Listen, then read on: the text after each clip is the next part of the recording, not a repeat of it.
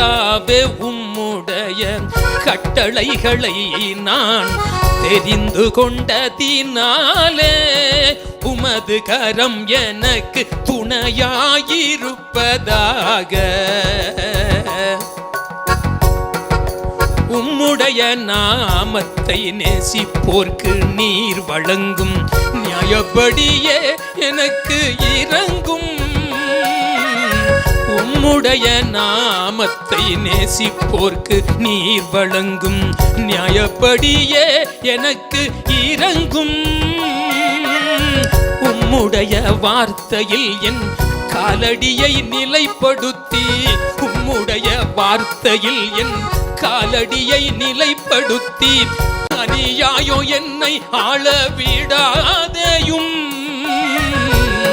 அநியாயோ என்னை ஆளவிடாதேயும்.